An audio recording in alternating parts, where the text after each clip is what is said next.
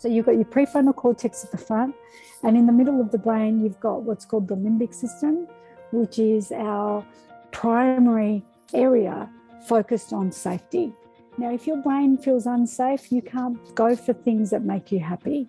It's like no matter how hard you try to force yourself to go for something that you really want, if you feel unsafe about it, the brain's going to keep pulling you back, going, it's not safe, it's not safe, it's not safe. So the first thing you have to create for your brain is safety. But the way you do that is not to fight against the things that are making you unsafe. It's actually creating conditions for what you do want. So while I'm focusing on what I don't want to die, I don't want to die, I don't want to die, I don't want to die, what am I not focusing on? The very thing I want, right? You can't do both at the same time. You have to make a decision. And this is what Archangel Gabriel was talking to me about. You have to decide. And then once you've decided, it's like you draw a line in the sand and you go for it. You'll find that the energy associated with each is different. If you focus on what you don't want, notice your energy. It's much more contracted.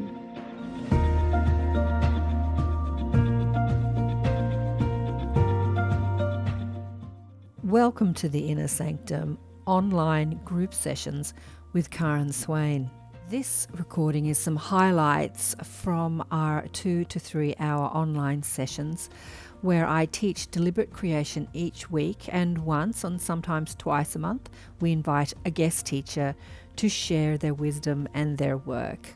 Enjoy the highlights, and if you'd like to join us, please go to karenswain.com/innersanctum and sign up.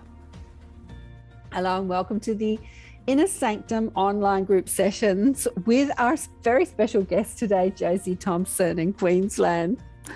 Hi, Josie. Hello. I was just saying to the group before I forgot that Queensland is an hour behind Sydney. So Josie's up nice and early on a Sunday morning to meet and greet the little tribe and answer our questions and share her story. But I'll just read a bit of your bio out for people that I've had Josie on the show and we've explored Josie's story on the show. But for people who haven't seen the show and don't know Josie's story, Josie knows what it's like to face the odds as a 2-time cancer survivor and has proven that the odds can be beaten. She speaks from first-hand experience about bouncing forward with a post-traumatic growth disorder and about how to reframe adversity into opportunities for triumph and success. Josie is living proof that winning and succeeding in life is a mindset and teaches others how to embrace change from life challenges in radically positive ways. An avid learner, Josie completed a master's study in neuroscience and combines 15 years of corporate experience with almost 2 decades of coaching to corporate executives, entrepreneurs, and community leaders. She's a multi-award winning coach, speaker, trainer, business owner, author, and single mum of 2. Josie has been awarded the International Gold Stevie Award for the Maverick of the Year. You've got a slew of awards here. Asian Pacific Award in 2007, Australian Business Women's Coach Mentor of the Year 2014. Wow, you've been awarded a lot of stuff. And so she's going to share her story of triumph and survival and mindfulness teachings and the special message from Spirit that would change your life. So, not much really. Look, as we've been talking about before I turned on the recording, there's life challenges are happening now. So all those skills that you have about surviving depression and physical illness and succeeding in life are more pertinent now than ever before. Where should we start? I'd really love to know, what is the major challenge that your people here are grappling with at the moment, so that I can kind of weave elements of my story that would contribute most to where you are right now. Yeah. Has anyone got anything that you want to discuss? Hey, Matt, I see Matt's arrived. Hey, Matt. Hey, Matt. Anything? Well, what we've been discussing is taking the path of least resistance, which is a path that we wouldn't choose to take if we weren't coerced into it. So, yeah, I don't know, making decisions to do something you don't want to do because it's easier for life. Shirley's got her hand up. Shirley. I think the biggest challenge when I was listening to the interview with the two of you, it was, and thank you for being here, was when you were speaking about where your cancer was in your throat and finding your voice to speak, not necessarily against, but for what you stood for. And that's my challenge, is to authentically say, this is where I stand, without getting into the fight. And I know you spoke about fighting for as opposed to fighting against, but I think it's authentically using my voice without getting into that, to stay in the love, to stay in the flow, to stay in this place where I feel centered and I want to connect. Yeah. So, yeah. Okay, great. Something like that. Thank you. Thank you. Anybody else? Anybody else? Vladdy says here, how to manifest your knowing. What do you mean by that, Vladdy? Do you want to elaborate on that? Do you want to be on camera? Yeah, that's okay. Yeah. What do you mean by how to manifest your knowing? Like how to be, well, whenever you view a situation, you know that there are a lot of filters which are basically all fear. And you know that you yourself, you can easily remove those filters and see the truth in it. And how to really manifest this truth so that not only you see it, but the ones around you too. And that's a tricky one, because what's truth for you is not necessarily truth for anybody else. You know, and that sometimes is the issue that we come up against, that we make assumptions that everyone thinks the way we think, and they don't. You know, like I do a little bit of work with cancer and leukemia patients because of my experience with cancer. And I used to make an assumption that people wanted to fight for life. They wanted to live if they got sick. And I used to go to hospitals and I used to hold people's hands and I'd, you know, champion them to fight on. And then one day, I never forget, it was actually a really close friend of mine.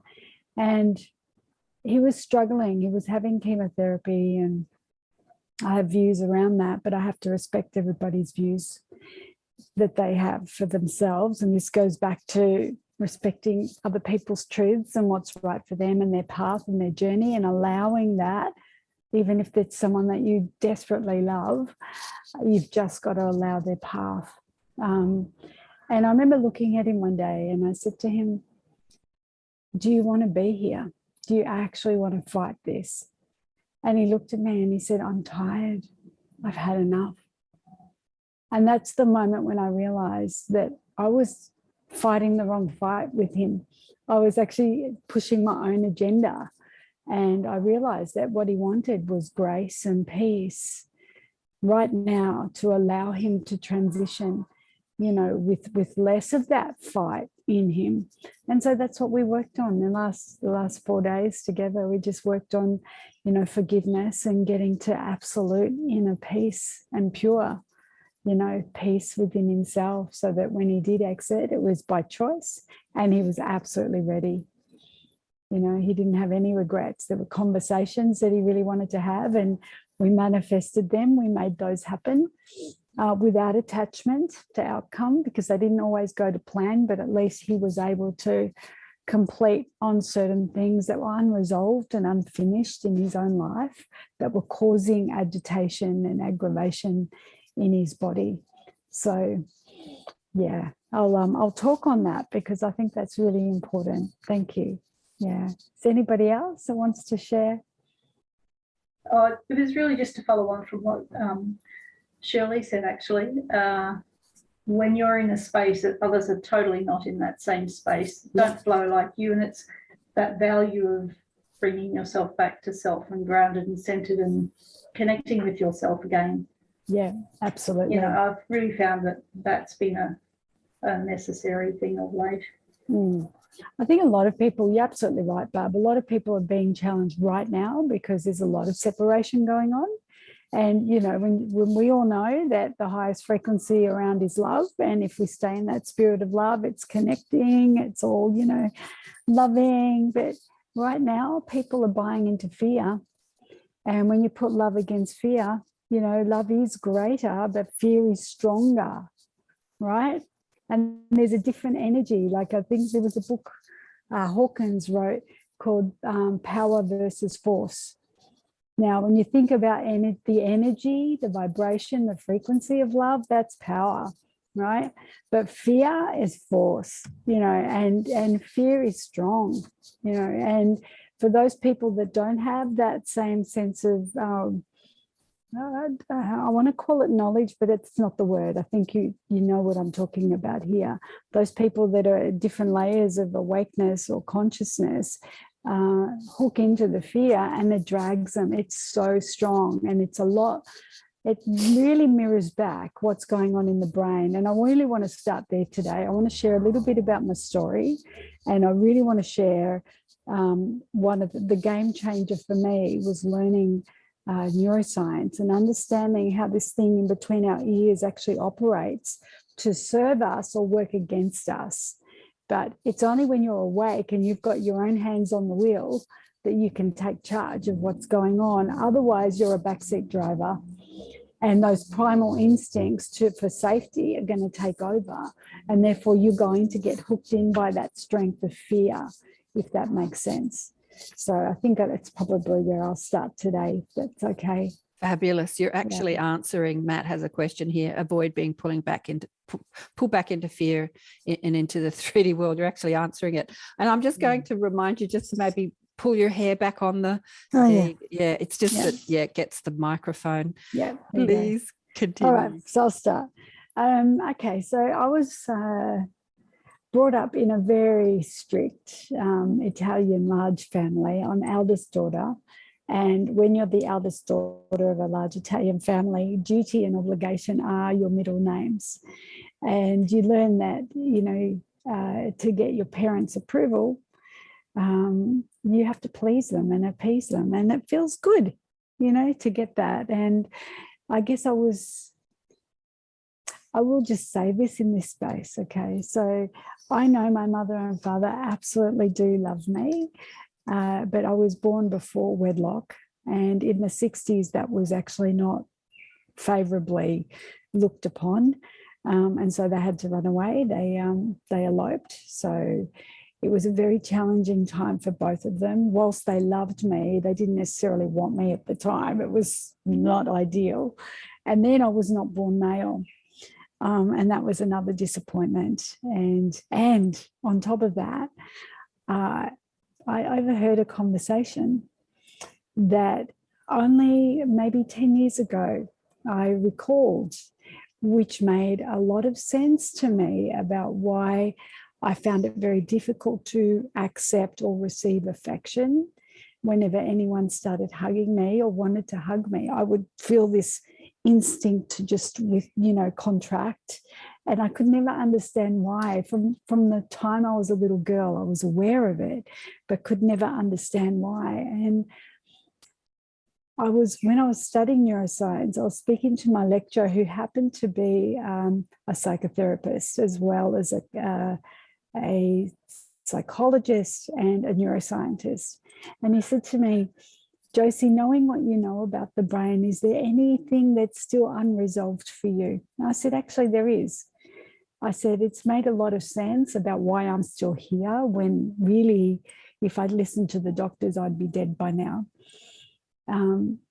But I don't understand this conditioned pattern of behavior that I have, that I'd really love to understand. And so I spoke to him about it, and he said, are you ready? And are you willing to understand it? I said, absolutely. So he took me through a timeline process, and he said, when was your first experience of being aware of that contracted energy? And he put me into a form of trance, but not really trance. I was well and truly awake. And I said to him, there was a conversation between my parents. And he said, what was it? And I said, well, Mum's telling Dad in Italian, and I don't speak Italian fluently anymore. I understand it, but I don't speak it. And that she's pregnant, and my dad lost it. He was really angry. And, you know, there's a very strong word in Italian called vergogna, which means shame. And, you know, Mum felt really bad. Dad was really angry. And this little one decided to be birthed a month early. And in those days, you were put into a humidity crib, like a glass container, where no one could actually pick you up and give you affection. So in that first month of life, where you're bonding, I didn't have any of that. And I chose it because there was that conversation that was had that I actually overheard and remembered. And I was telling this to the lecturer, and he said, how do you know this? And I said, because I heard it. And he said, where were you? And I said, I was in my mother's womb. And that, it was so strange even for me. And I was like, what? How could I possibly know that? Surely I'm making this up. So I saw my mum several months later and actually asked her. I said, Mum, did this conversation actually happen? I warned her before I asked. I said, look, I want to ask you something, and it's a bit tough. And she said, I expect that from you. I said, okay. So then I asked her, and all of a sudden I saw her go from sad to mad, right? Like in an instant. And she was like, don't think for 1 second that your father and I never loved you. And I said, Mum, this isn't about you. I'm asking you, did that conversation actually ever occur? And she just looked at me and said, how could you possibly know that? And I said, because I heard it. And she was, you know, we're both crying at this stage. And I said to her, Mum, have you noticed that since I was a little girl, every time you try to hug me, what do? And she said, you pull away. I said, yeah, I do that with everyone. And I said, and I've always wanted to understand why, and now I do. I said, because that little one heard that conversation of not being wanted and contracted and decided that I would never let anyone get that close to me to be able to reject me ever again. And it was a moment of like complete healing, because I looked at Mum and I said, Mum, I don't blame you. I forgive you. You know, forgive me too. I didn't know what I was doing. All those times you were trying to give me affection, I didn't understand what that pullback was all about. And now I do, and I don't need it anymore. You know, and I was able to say, I absolutely love you. And, you know, she was like, yeah, just hearing the words, even though she didn't feel she needed my forgiveness, it was very healing for both of us. And she said, don't say a word to your father. And I said, I don't need to say anything to Dad. You know, I love Dad, and Dad loves me. I know he loves me, even though I'm not a boy, and we laughed about it, you know. And, you know, I just feel everything's clean now. But that's actually a moment that kind of started me thinking, how, you know, at what point do we get conscious? You know, at what point do we start to understand stuff that, you know, Vlad was asking, how do you know? How do you just know? Well, actually, there's a simple answer to that. And the answer is, you know when it's truth, when every cell in your body expands, when every cell in your body says yes. And you know it's not truth when your body goes contraction. So there's two energies, right? Love is like this, fear is like this. And you can actually physically feel it physiologically. You know, love expands and fear contracts, like your whole body starts to talk to you, whether it's in your belly or in your chest or in your throat or in your head. You know, energetically, this is good, this is truth, this is right, this is fear-based. And you just know it. And when I took into, and I think it was Barb, you were saying, you know, not wanting to hear what's going on out there. I don't listen to the news because I feel my whole system contract. I don't want to hear any more of that. I don't. I'm not in denial. I understand what's going on. I see things coming up on my phone. I read things that expand me. I read things that contract me. And I'm trying to stay away from the contractions as much as possible. Although, as Vlad alluded to, you know, the government here is putting on a lot of restrictions for people who don't adhere to their mandates, which are not legal. And at the moment, I'm towing my line and my line of truth.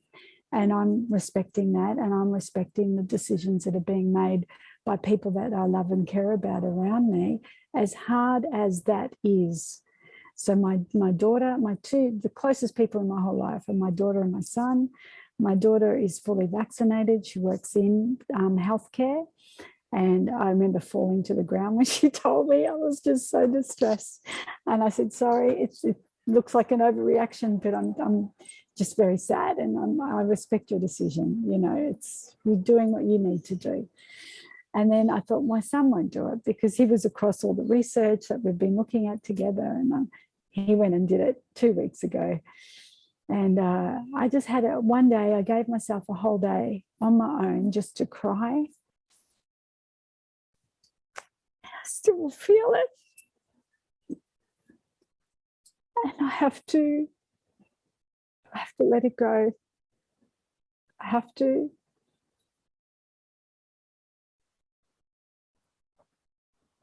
Respect his path. And I hope I'm wrong. I pray I'm wrong. But getting back to what you said, Vlad, when you just know stuff, and then your dreams start to reiterate it, and maybe Karen, you can tell us something about dreams and how that kind of works. I'm just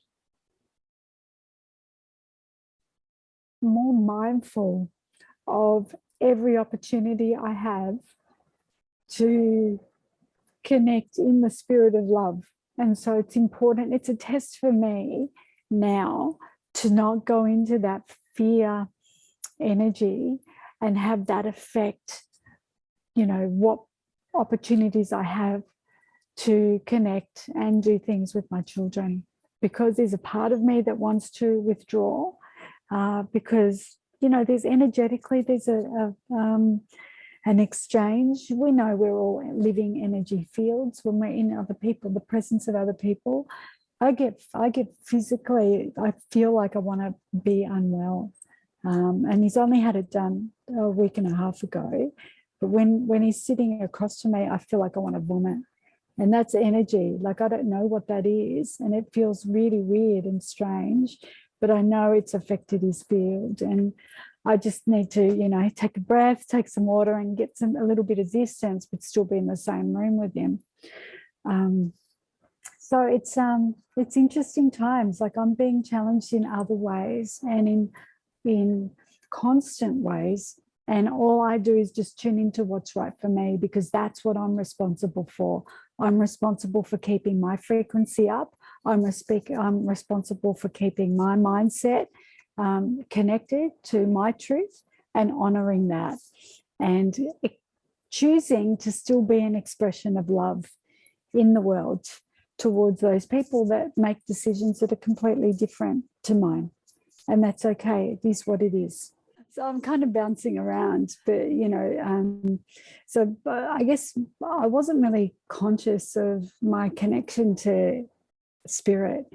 Not really. I mean, as a child, I was born into Roman Catholic upbringing, and I believed in guardian angels, and I used to catch public transport and I wouldn't let anyone sit next to me because that's where my guardian angel sat. And I remember saying that to people and people looking at me like I was odd. And if people sat there, I would get up and move. It's like, don't sit on my angel. And then I lost it. I kind of lost it.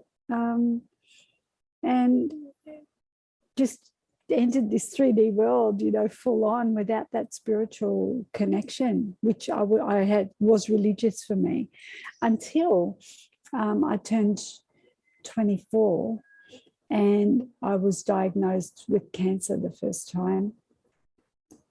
And up until I had the surgery, we didn't know what it was. And so I was just going in there for some kind of routine surgery and was fine. And then it was only after surgery when the doctor came in and advised me that it was malignant and that I had 6 months to live.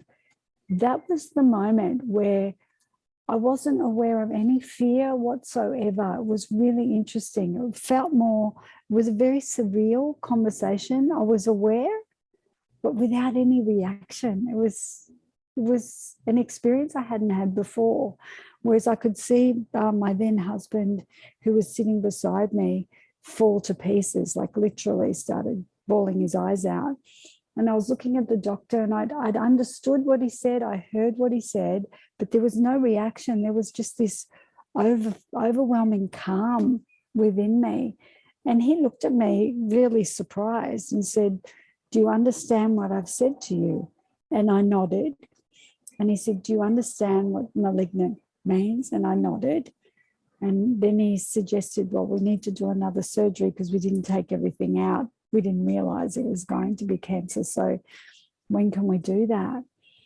And I was looking at my husband, feeling a little bit angry that he was upset. You know, I wanted him to be strong for me. But anyway, I remember looking at the doctor and without even thinking, these words fell out of my mouth. And the words were, "If you don't do this first thing in the morning, I am never going to let you touch me again." And that's exactly how the words came out. It was very calm, it was very precise, and it was very assertive. There was no fear. It was like this knowing voice that came out and said, "This is what you will do. Otherwise, it's done." And then once everybody left that evening, like when my husband left that evening, he stood at the door and there was this silent exchange. And again, there was this knowing that he wasn't going to come back, and he never did. But I knew he wasn't going to come back, and it was okay. It was strangely, absolutely okay. And then that night was probably the longest night of my life because I had to wait until 8 a.m. for the next surgery. I went into that surgery not feeling scared. I didn't pray. But during the night, I had an argument with God. And I said, "How could you do this? You know, this is not the God that I've grown up to understand and know. You wouldn't do this to good people. I don't get this." And then I just let that conversation go. Had the surgery. I was in intensive care for 2 weeks. So I was in and out of consciousness for 2 weeks. And in that time, I can tell you, every conversation that was had around me, by whom, where in the room they were seated, and I was unconscious most of that time. So everything that was discussed between my family members, my siblings, my best friend Sharon, who came in to juggle for me. And I remember she was standing there juggling, and I used to love watching her juggle for hours. And I remember opening my eyes and there she was standing in the ICU juggling. And I'm going, the only words I uttered to her, I said, "Why are you juggling?" And she looked at me and she said, "Because you asked me to." And I had no recollection that I'd actually asked her to juggle for me. But I remember asking her that question and then going back into unconsciousness. So there were some really bizarre things that occurred in that 2 weeks. But what was fascinating was that I actually remembered what my family members were talking about and where they were seated, even though my eyes were closed and I was actually unconscious. And during that 2 weeks is when I actually flatlined and experienced NDEs. I never even knew what they were. And that's when I had my sense of awareness that had actually left my physical body and was floating at the top of the ceiling, looking down at my body. And I was aware that an aspect of me was here, and I was aware that an aspect of me was there. And I was completely calm. There was I almost want to just call it bliss. It just felt like I was surrounded in this whiteness, color white. And I could see my physical form. I could see the nurses trying to revive me. I could see the flat line on the screen, and I was completely serene. And then I was just floating. I had that sensation of floating. And then this very stern male voice came in from the left side and said, "It's not your time yet." And then that happened again 2 days later. So exact same experience, exact same voice. And each time I was just propelled back into my body. And that's really the point where all of a sudden I was aware that there was more to this experience of life than I was conscious of before. And I didn't even know where to start the search, but I knew that that was the time that I became a more conscious seeker in my life. That's when I went out to buy every book I could about, this is before internet, of course, in 1991, about cancer. What is the nature of it? What is it? How does it work? Why did I get it? How do I fix it? You know, how do I conquer it? And I bought, I think it was about 17 books, and I read them, and I had more questions than answers. I don't think anyone really knew. And the doctor was asking me, well, telling me that I should have chemotherapy. And as soon as he said the word, my body contracted. And I wasn't aware at the time about that nuance of contraction and expansion. But now reflecting back, I was starting to tune into my body's wisdom, and my body was just contracting. And I went, what else can I do? And he said, well, we can do radioactive iodine, where they inject radiation straight in. And then I had a 1 week intensive radiation by intravenous treatment, which they don't do anymore because they know it kills people. But at the time, I was blindly being led by a system that I didn't understand. And even though I read up about it, I wasn't the expert. But energetically, my body started to communicate to me. And I think my body had been trying to communicate to me up before I was actually sick. But I didn't really have that connection, and I didn't really understand what it was trying to say. So every time I felt that tightness in my throat, which is where I had the cancer the first time, I didn't understand that was my body saying, speak up, you know, say no. You don't want to do that. You know, why are you pleasing and appeasing everybody? And that's where my blockage was. That's where the cancer grew, because that's where I needed to learn something really significant in my life. So that was the first calling, and that was the introduction to tapping into my own inner knowing.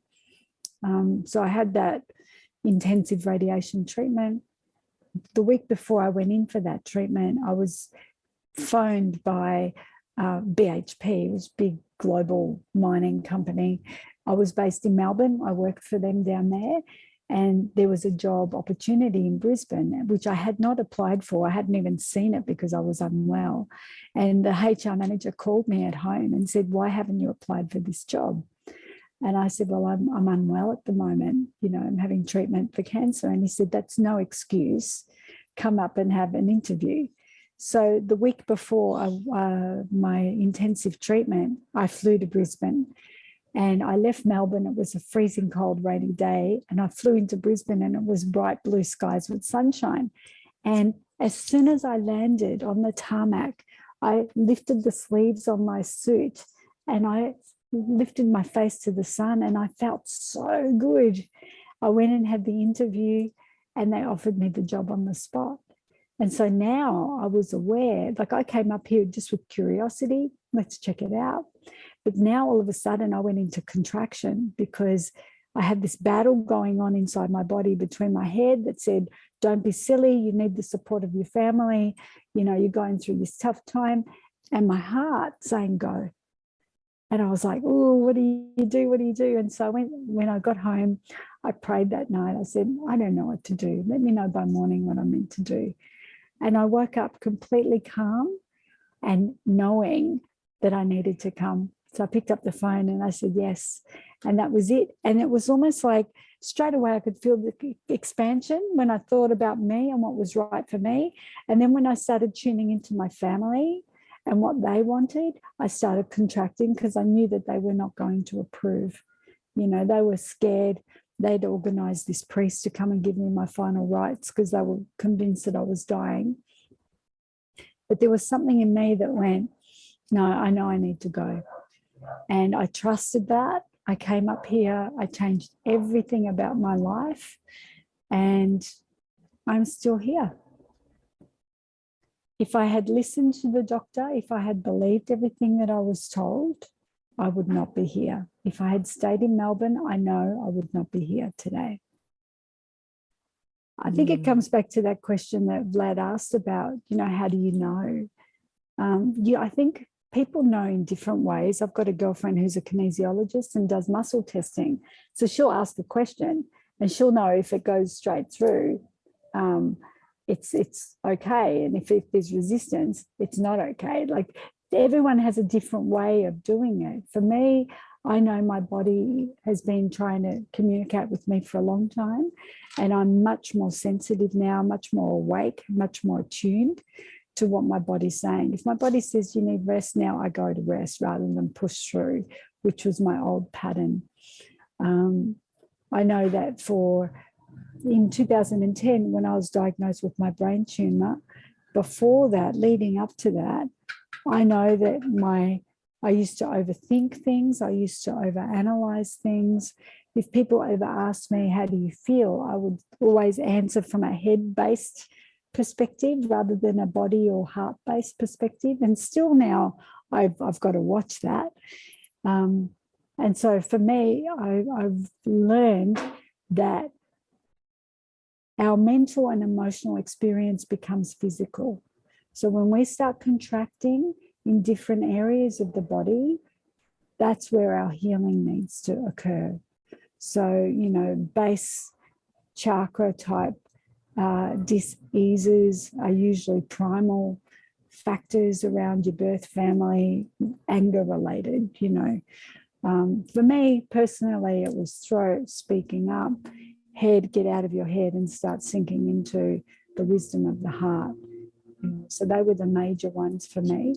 And so for those people that are willing to learn and grow and willing to explore more consciously what's going on around them, you know, this is what I help them come to terms with and find that peace, that forgiveness, that healing within themselves so that they can own themselves. They can be totally responsible for themselves and not take on the world and the responsibility for everybody else in the world.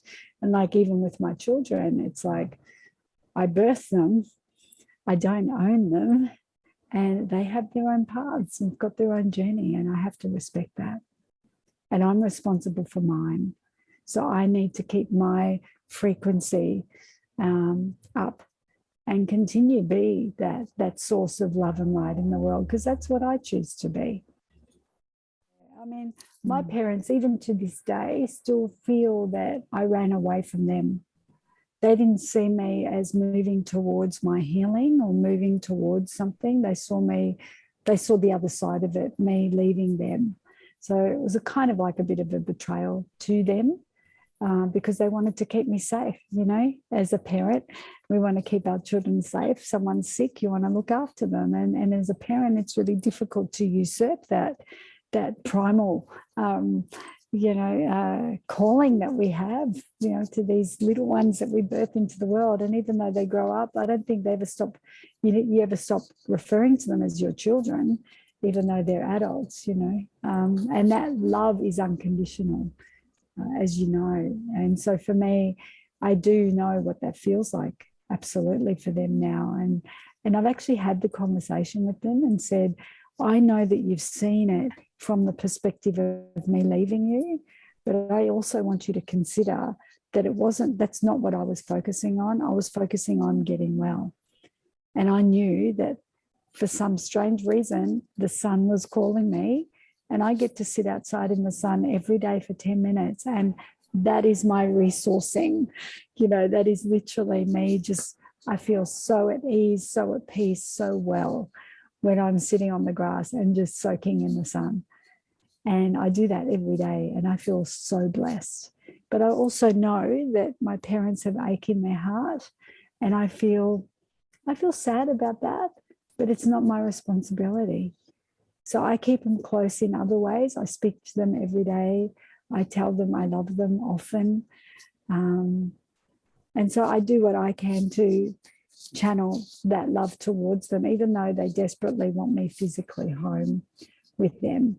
I try to get there as often as I can, but with COVID, I can't travel at the moment.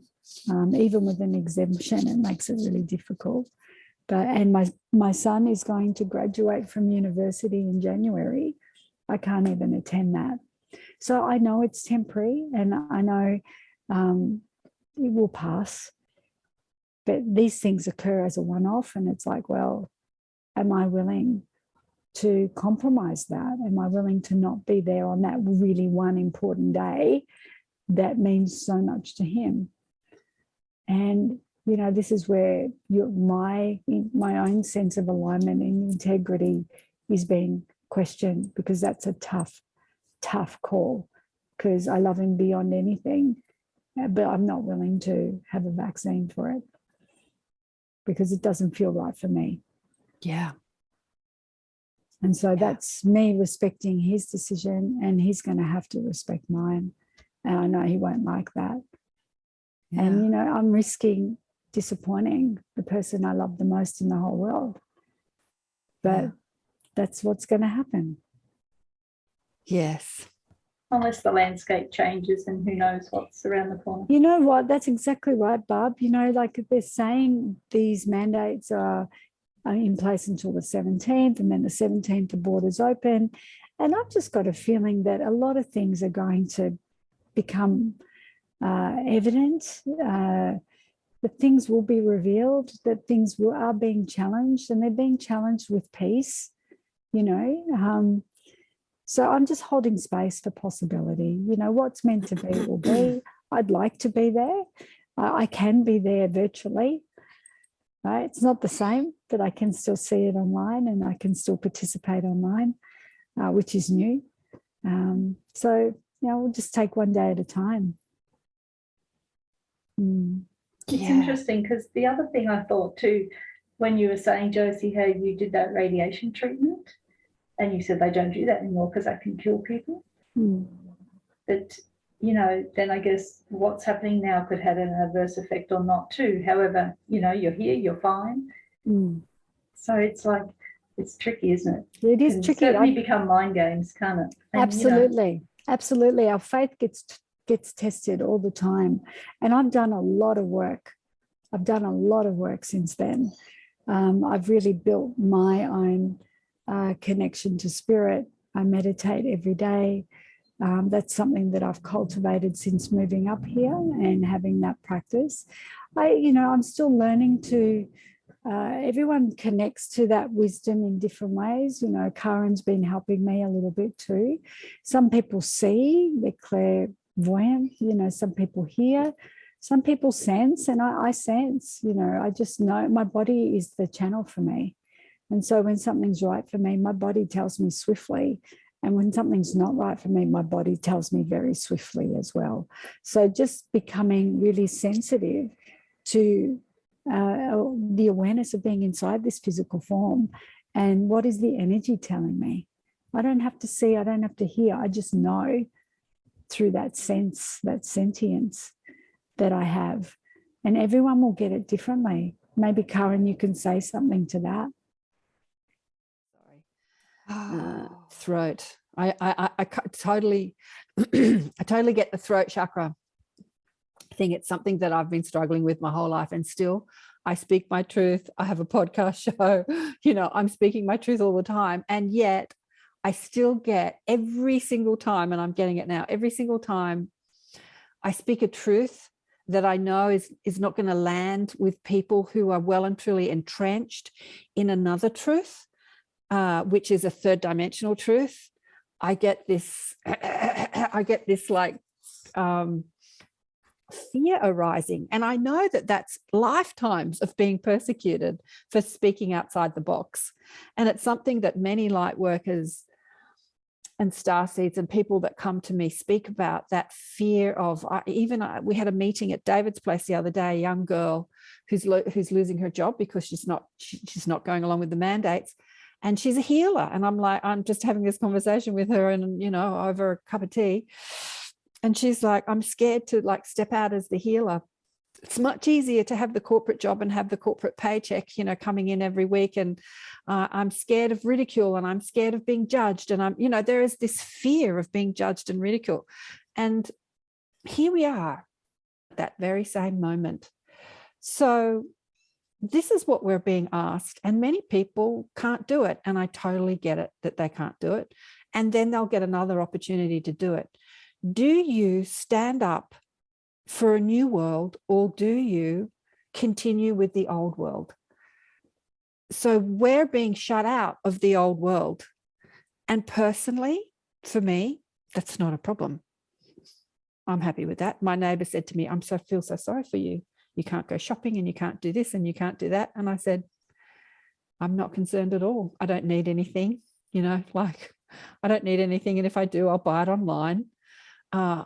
Participating in the old world and everything that the old world offers and being shut out of the old world doesn't concern me. It really doesn't, because I see a new world.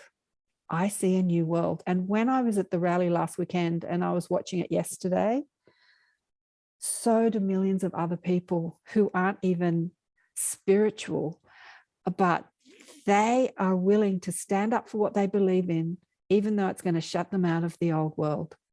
Like going to the university to see your child graduate, or going, to mother-daughter day at school, or, participating in an old world.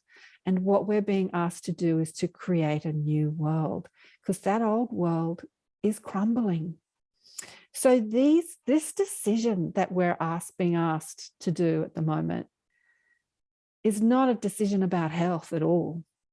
It's a decision about, do we stand up for what we want to create, or do we just continue to participate in what's already been created? Does that make sense? What do you think, Josie?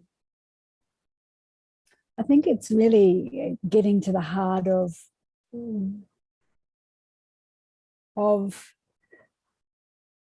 where we sit in our level of consciousness, and it's testing us. It's sort of saying, so who are you going to choose to be? Right. How are you going to choose to show up? Right. Is it just for you, or is there something greater? Like, why are you here? What do you want to tap into? And it's very easy to take the path of least resistance. I want to go to my son's graduation. I want to go and see my parents interstate. I want to continue to have the freedoms that I've been able to enjoy in this lifetime. But there's something in me, this is my truth, right? There's something in me that says it doesn't feel right to go and have this, to be forced to do something that doesn't feel right for me. I don't know why. Like, logically, I don't like the logic. There's too much conflicting information. And I've always been advised through my own meditations that if it's not absolutely yes, then it's absolutely no. If it's not an absolute yes, like that expansion, yes, I know this is right, then you just don't do it.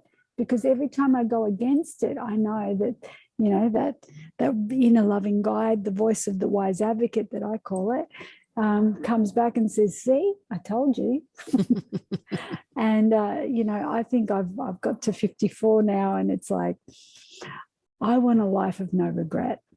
And I don't want to be forced to do something that I'm going to regret. If I want to do something, I do it with a free spirit and with love, and I know it's the right thing to do, not because I have to do it. I'm over that. I've had a lifetime of duty and obligation and doing things to please people. And whilst this gives me some liberties, for some reason, my body's telling me it doesn't feel right for me. So for now, I'm going to hold out. I might get to a point where I do absolutely want to travel, where I go, okay, I'm just going to do it, and I'm going to deploy my healers, and I've got some really great friends that are amazing healers that can help me to transmute, transcend, and transform any of the energy that it's not for my highest good. You know, I can do that. I can call on that. But at the moment, I don't feel compelled to do it. You know, I don't want to buy into the fear. It's got to come from a spirit of love. Matt has a question here. I'm curious to learn more about how you came through the cancer. Did you recover when you realized the cause and made some life changes? What a great question, Matt. Do you want to come on camera and say that, or just happy for me to read it out? Oh, I think that probably covers it. Yeah. Well, I'd say that, you know, both times they were slightly different. But the first one, like, I wanted to understand, I'd never heard the word cancer. In 1991, you barely ever heard it. I think there was a distant auntie who had had breast cancer the same year, and a girl at work who was a really close friend who died of bowel cancer that year. But it wasn't as prolific as it is now, you know, and no one in my family had ever had it. There was no history anywhere. So I was trying to understand it because I didn't understand what it actually meant. And the fact that the doctor was saying you've got 6 months to live was like scary stuff. And then going back to work and everybody else knowing I have this thing called cancer was automatically assumed it was a death sentence. But there was something in me, Matt, that went, we're fighting to live. I'm fighting to live. So I was aware from the outset that there were two options. I could either fight against the cancer, I could fight against death, or I could fight for life. And again, it was my body that told me the difference, because one felt much better than the other, right? And I fought for life. I fought for getting better. I just tuned into sitting in the sun every day. Like, hello, I wasn't even aware how much I really loved that until I was this lightning bolt of a moment came into my awareness. It said, you've got to take better care of yourself, girlfriend. You know, and so everything, my diet changed. I started reading about, you know, foods that were better for me. I was really eating unconsciously before that. I didn't eat unwell, but I knew I could eat better. I certainly do so now. You know, I cut sugars out of my diet. I cut people out of my life, you know, people that where I could feel my body contracting if I was around them, you know, negative people. Versus being around more positive people. And some of those people, unfortunately, you're related to, right? And that means limiting the amount of time that you're around them. Doesn't mean you don't go around there, but you can limit it and say, yep, I'm here for an hour. What do you want to do? Or, you know, I've got somewhere I need to be at this time. So you just manage it differently so that, you know, I took much greater responsibility for my own vibration, my own mentality. And that was a really big thing, that I learned that what I gave my focus and attention to expanded. So if I started focusing on things that freaked me out or created more fear, and, you know, once you get cancer and you experience a fear of death, you do transcend that. The next symptoms you get, it's not uncommon to immediately think, oh my God, is that cancer? You will have that thought. You can't stop that thought coming in. But the idea is that you don't continue to feed the thought. It's just a thought. So one of the things I learned, like halfway, so that the first cancer was in 91. I went and I remarried 7 years later, and had two beautiful children who I was told I would probably never have children at all because of the treatments that I'd had. And I was blessed to have two children. And then that second marriage broke down. And in 2009, it was Christmas Eve, I was diagnosed. I started having weird sensations right in my head. The right side of my face would go numb. Sometimes I'd start slurring, and sometimes I'd get these really weird headaches that I'd never had before. So I had an MRI done. They found that I had a tumor in my head. And so I went through Christmas and New Year with my whole family around me, and I didn't want to tell them until after Christmas and New Year. So it was horrible going through that festive period with this secret inside going, I've got a brain tumor and I don't know if I'm going to survive this, you know. And I was actually pretty scared because this time it wasn't just me. I had 2 children and they were 6 and 8 years old. The first time it was only me and I didn't know what I was getting into because I didn't know it was cancer. But this time I knew it was a tumor and it was in my brain. And I'd started Googling what that meant and I didn't like what I was finding. So I was kind of in between, am I going to be okay? I'm scared I'm not going to be okay, you know, between the worlds of that. And then I went and saw a spiritual healer in Sydney who channeled. And one of the voices that she channeled was actually the original voice that spoke to me in 1991 that told me it wasn't my time yet. And I didn't know who this voice was at the time. And when I went and saw this channeler and this voice came through and basically said, this channeler did not know that I was about to have surgery 2 days later. She did not know anything about me at all. And this voice said through her, in 2 days' time, you'll be given a choice, but you must decide. And I didn't know what that meant. So I asked this voice, I said, what do you mean? And this voice said, in 2 days' time, you will decide whether you come back to your home because you belong to my choir, or whether you return and your work starts in earnest. And then I remember before she started, she said, you can ask whatever question you want. And if it freaks you out too much, we can stop, right? And I thought, I want to know who this voice is. And so I asked, I said, who are you?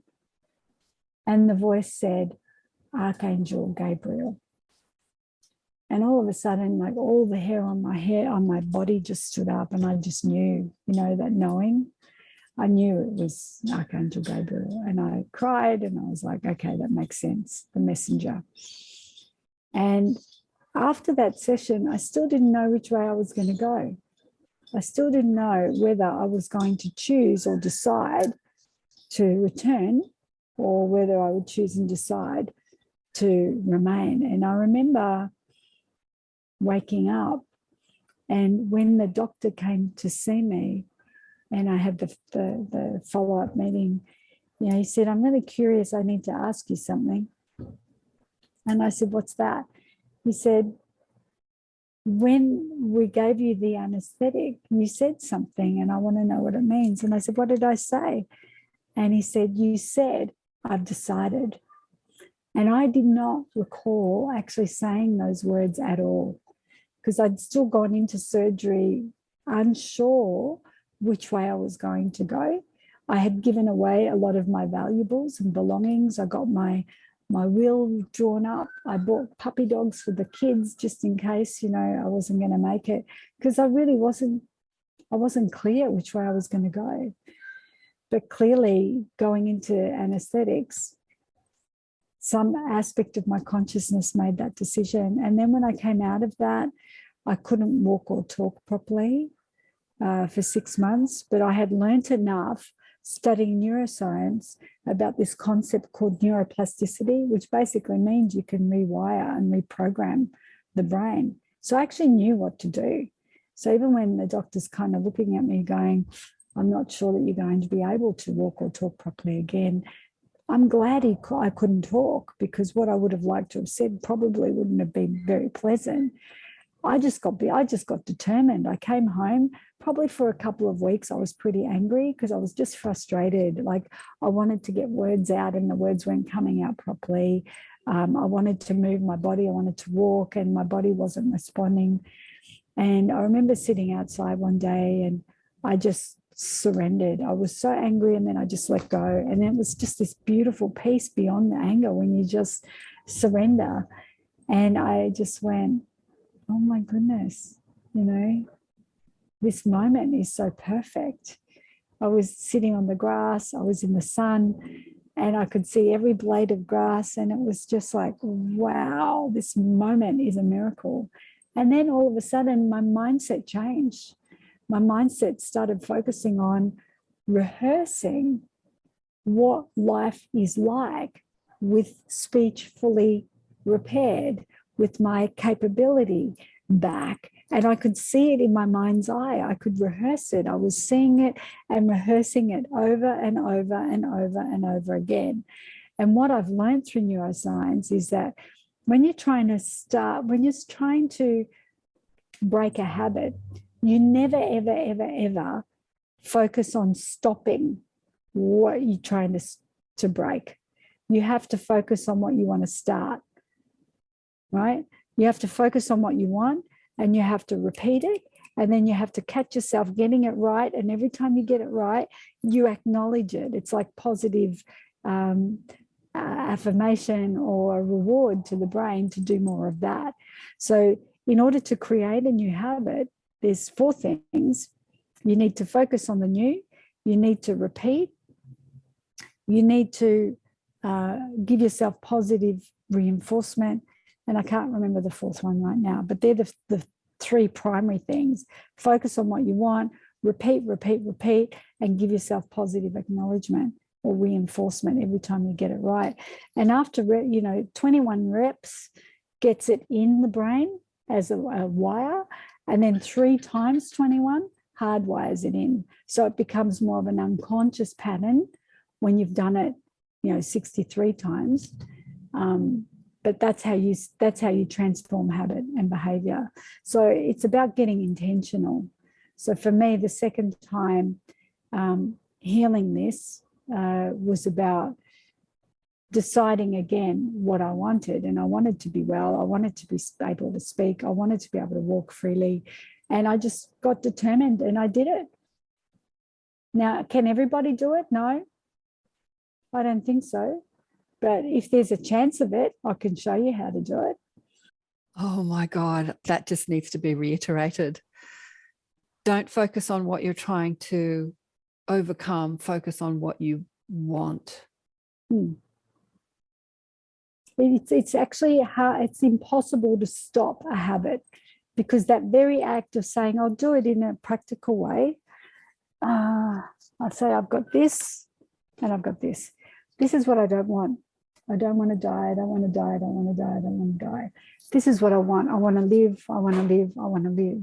Notice that the brain has to switch gear to do both. The brain cannot be in the I don't want land and the I want at the same time. When you focus on what you don't want, you're kind of going, I don't want that. I don't want that. You're trying to push away from.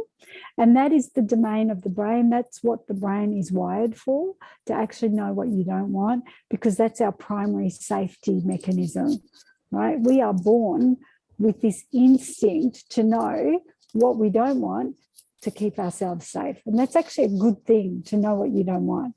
But you don't want to live there. And I'll show you why. We also have this capacity to know what we want. And when we focus on what we want, we're always focusing forward. When you say you want something, you're always moving towards it. When you say you don't want something, you're pushing away from something. Yeah. So when you say you want something, you're looking forward, you're actually occupying your prefrontal cortex, the frontal lobe of the brain. And I call it the front seat. When you're in the front seat, you can direct your life. However, when you're focusing on what you don't want, you're actually now in the threat state of the brain, which then puts you into the back seat. So you've got your prefrontal cortex at the front, and in the middle of the brain, you've got what's called the limbic system, which is our primary area focused on safety. Now, if your brain feels unsafe, you can't go for things that make you happy. It's like no matter how hard you try to force yourself to go for something that you really want, if you feel unsafe about it, the brain's going to keep pulling you back, going, it's not safe, it's not safe, it's not safe. So the first thing you have to create for your brain is safety. But the way you do that is not to fight against the things that are making you unsafe. It's actually creating conditions for what you do want. So while I'm focusing on what I don't want to die, I don't want to die, I don't want to die, I don't want to die. What am I not focusing on?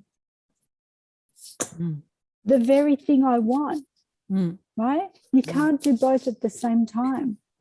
You have to make a decision. And this is what Archangel Gabriel was talking to me about. You have to decide. And then once you've decided, it's like you draw a line in the sand and you go for it, right? Perfect. And you'll find that the energy associated with each is different. If you focus on what you don't want, notice your energy. It's much more contracting. But when you start focusing on what you do want, all of a sudden it's much more expansive. And it puts you in that front seat. And when you're in the front seat, you become much more innovative. You become a lot more creative, right? You can problem solve more effectively. You can make wise decisions when you're in this toward motivation. And that's what I didn't understand why I went to study neuroscience, and I started studying it before I had the brain tumor. It's almost like the universe was preparing me for the application of what I was about to learn. And then once I actually did it and I walked the path myself, I can actually now speak with authority for other people going through their own traumas, their own adversities, their own diseases, to say, if you actually want to, and you're willing and you're open to make the changes and take responsibility for where you're at, I can show you a path that'll more likely lead you in that direction, but only if you want to. You know, one of my really close friends passed away in May this year, and she had cancer. And I didn't want her to die. I was really upset. I was like, I don't want you to die. She didn't really want to die either, but her whole body was riddled in cancer at the end, and she was really fearful. And she said in retrospect, where she went wrong was her instincts was telling her not to do the treatment paradigm that the doctors had recommended. But all of a sudden, everything she knew about cancer became real when it became her own physical experience. And she didn't have any idea of the tremendous fear that she was going to be feeling being in that situation herself. And so it had now gone from theory to application, and she couldn't execute on her belief system because the fear was greater. Her fear of death was greater. So even though her body, her knowing was saying, that doesn't feel good, it doesn't feel right, but then the battle between the heart and the brain kicked in. The head was going, you got to do this, you've got to trust the doctor's an expert, you know, he's saying that this is what you've got to do. And every fiber in her body was saying no. And that's what she did. And anyway, we had her for 4 months, and, you know, we got to have some really amazing conversations in that time. We made every moment count. And it was, you know, I'd like to say a peaceful exit. It was a very difficult exit for her. She was struggling to breathe, and she did not have peace. And that was really hard to see, you know. Even though we kept saying, you know, forgive yourself, you know, give yourself love. Your body's doing its best to get you through this experience, but, you know, it's not immortal. You know, maybe this is it. You know, it was challenging. I have had so many aha moments listening to your story, Josie. Just how about everybody else? Has everyone had aha moments? Yeah, lots of nodding heads.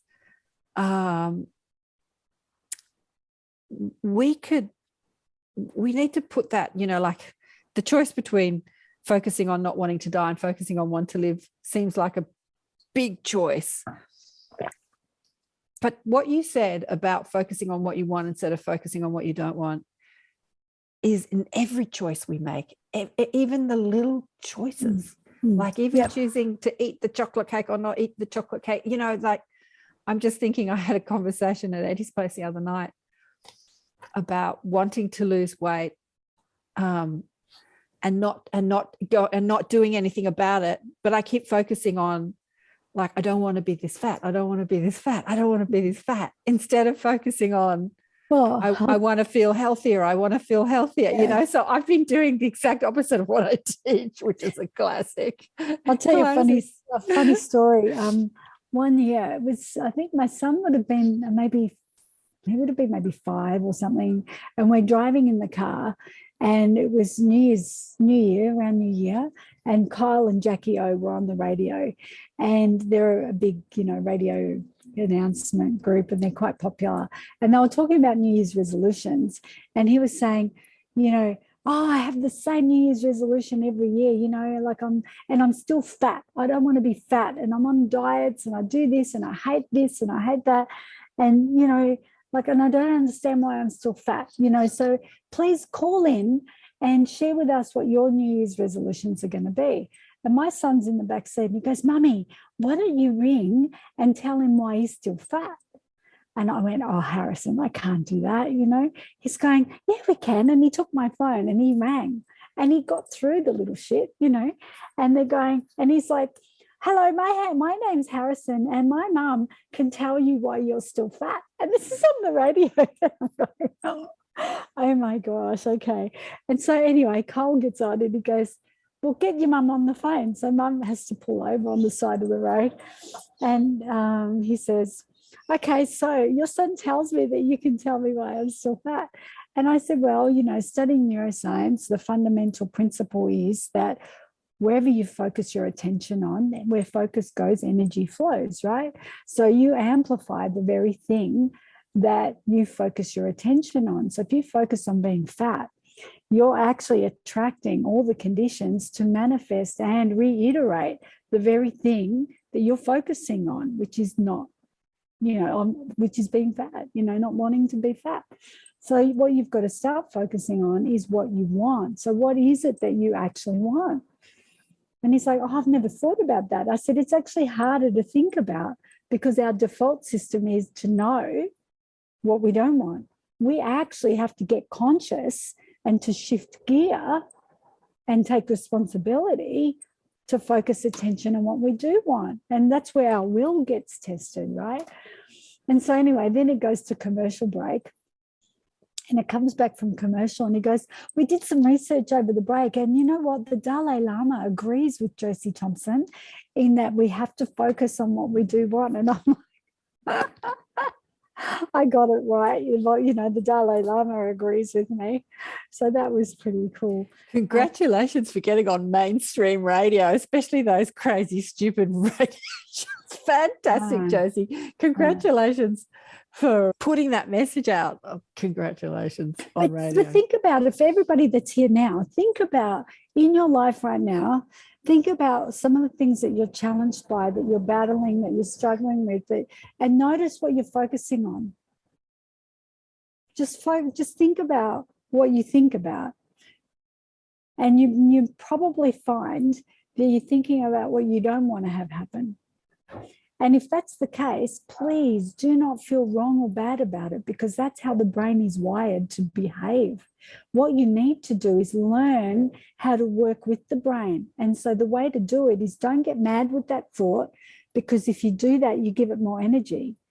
The fact you're trying to stop that thought, you're giving it more energy. This is why we don't stop things. We have to start things, right? So the idea is when that thought comes in and it freaks you out, you go, thank you, brain, for reminding me again of what I don't want. What is it that I do want? That's all you have to do. Refocus, refocus, refocus. And you may have to do it 50 million times, it doesn't matter. But the more you do it, that becomes the new pattern. And eventually with rehearsal and repetition, this will become your new mode of operation. And that's how you get to hardwire a new habit. Absolutely. Absolutely. And we can overlay this into the conversation that we were talking about before. People are wanting to make choices that they wouldn't normally make, but it's becoming too hard not to make that choice. So I don't want to be locked out of society. I don't want to not go to my, friend's wedding. I don't want to, so it is because we're being presented. But what do we want? What do we want? I want free, I want a more loving society, more unified society. So for me personally, I can only talk for me because everyone knows what they want. I want a world where we don't have governments coercing us into taking medical mandates that if we don't want to do it, like I want a freer world. So participating in the mandates is not moving towards what I want personally. And that's my choice. Yeah. And lots of thanks here. Thank you so much for the inspiration. I have to run, Diane, granddaughter's dance recital. And Matt, thank you. I found it very helpful. I can draw parallels in my life and with my loved ones. Yeah. Thank you, Josie. This is a beautiful reminder I needed right now. Yeah. Yeah. Has anyone else got any questions? But you've just got to understand the brain desperately wants you to be safe. The brain desperately is on your side, but it has these primitive instinctual reactions that don't that hold a different kind of wisdom, right? So the primal wisdom is all about safety. But then you have this intelligence that comes from your prefrontal cortex, which isn't fully developed until our mid to late 20s, right? So the way it works is the limbic system's in the middle, and then you've got the four lobes of the brain that sit over the top. So that's kind of a mini version of the brain. That little part in the front is your prefrontal cortex, right? And that's the first thing that you lose when this guy is in charge. That's when you flip your lid and you start reacting. So you have to literally calm your thumb or calm the brain down to be able to think more logically about things. So the limbic system that's wired for safety is going to make you say, look, just tell that person to F off. The frontal lobe will go, you might want to think about that first. The limbic system says, I don't care, get him out of my face. The frontal lobe goes, oh, there's going to be consequence. So it actually thinks beyond the here and now, and it has your long-term plans and goals in mind, whereas the limbic system is all about keep me safe, keep me safe, keep me safe right now. And it's all about me, me, me, me, right? The frontal lobe considers the we and considers the bigger picture. Interesting. Would you call it, well, you're calling it the brain, but as I see it, and I suspect that the brain is attached to it because it's all a part of being human, the ego. So the ego is the part of us that is trying to keep us safe, and is also separating us from the unity of our knowing. So when I'm teaching people to connect with their higher guidance, the brain or the ego or the personality or whatever you want to call it is saying, you can't do this. You're making this up. You're making this up. Nah, you can't do this. You can't do this. Nah, this is impossible. So you're battling with the critical mind that's trying to separate you from what you think you want, right? And I always say to people to never resist that part of you and just say, thank you for trying to protect me. Thank you for trying to protect me. I'll be back with you in a minute, but I'm going to go over here and do this thing. So you never resist that part of you that is trying to protect you. So I don't know, I would call that the ego. You're calling it the brain. I suspect it's the same thing. This is kind of controversial because it's kind of like the debate with the brain and the mind. Right? And in neuroscience world, you can't have that debate because it's the words are used interchangeably, mainly through mainstream neuroscience. But for people willing to kind of push that a little bit, when you just stop and think about it, I can show you physically what a brain looks like, but the mind, there's no anatomical component, physical component that is mind. Like this is when we start getting into territory that becomes quite contentious, right? And then when you talk about the mind, there's many voices in there. There's the voice of, the higher self that tells you, that guides you, that loves you. And then you've got this other voice that tends to contract you, right, and keep you limited or keep you in safe or comfortable or familiar space because that is, more comfortable and more safe because it's familiar, right? And so this is where I will always go back to the energy. So if that voice is feeling expansive, then that's probably the higher self. And that is the voice that is going to have you directed in the I want arena. If whatever that voice is saying, you feel a contraction, then I guarantee you, your focus of attention will be on the I don't want space. And it's either fear or love. They're the two polarities, right? Absolutely. And if you're not in love, well, where are you? Mm. You know, and every time this comes up, say, well, what would love say? How would love respond to this? You know, and you know, you may choose to make a decision that you've been fighting for such a long time. Maybe there's a possibility beyond that to transmute, transcend, and transform that opportunity for you. And maybe that's another lesson. Absolutely. There are always lessons, always, always, always.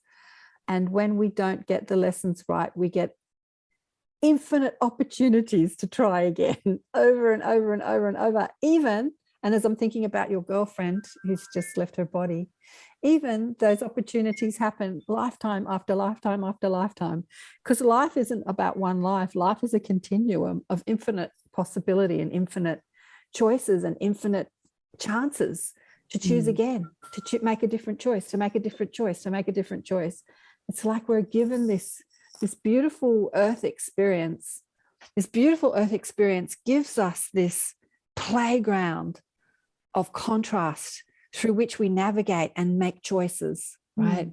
And even when it's really hard to make a choice, we're given another opportunity. I remember having this conversation about getting upset. You know, when something comes at you that you get upset about, and you want to sort of maintain your peace and stay calm and stay clear-minded. And I remember, you know, having umpteen opportunities that when stuff happens, like someone flips you in the traffic or someone abuses you, or look, a million opportunities to keep your cool, right? And I remember driving one day, it's such a clear memory, and thinking, damn, I did it again. I got upset, I got angry. And then I made a conscious choice. I said, bring it on, give me another opportunity. And I remember going through some lights and then having a realization, did I just ask for more drama to show up in my life? Like, I've just asked for that, right? I have consciously just asked for more crap to come at me. And then I started laughing, like, yeah, but the soul does, right? The soul says, give me cancer. Let's see how I can deal with that. Give me mandates. Let's see how I'll deal with that. Give me illness, give me divorce, give me, like, bring it on. How am I going to make choices? How am I going to deal with it? How am I going to navigate this and maintain my connection to love, maintain my connection to peace and unity and expansion and creation? Oh, yeah, life will give us infinite opportunities to choose. And when I hear things like that, I'm like, did I really sign up for this? Did I really say I wanted to have cancer? Like, not once, not twice, you know, like 3 times. And did I really say I wanted to know what betrayal feels like? And did I really say that I wanted to be in abusive relationships? Like, really? Who would sign up for that? The soul. That's who would sign up for that. The soul. The ego wouldn't, because the ego says, or the brain, or whatever, keep me safe, keep me safe, keep me safe. But the soul says, bring it on. Bring it on. And I think there's a part of me that also realizes that these wounds become our gifts. These wounds become, you know, our pearls of wisdom that we then share, like we are today, with other people. And you may then seed a possibility in someone's life who will then share with someone else. And it goes back to what Joseph Campbell was talking about with the hero's journey. You know, you go out there, you confront your demons, you slay your dragons, but then you come back and you share it with your tribe.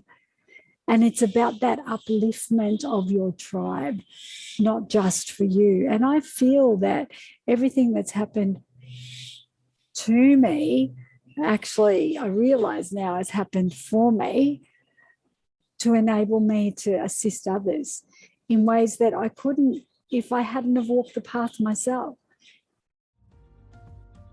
So how can you transform your traumas into your teachings? And I think that's the blessing of the experiences that we have. And it's almost, it becomes our duty to do that.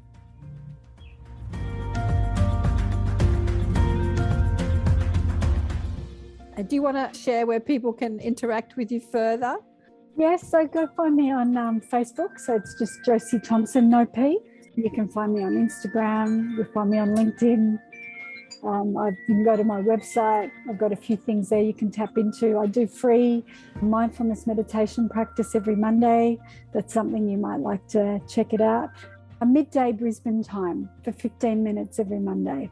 That would be. And sometimes if I've got other things on, I'll pre-record them and you get a recording. So I don't do that every week. But Monday mid. So that would be Sunday night, US time, and early 2 o'clock in the morning Europe time.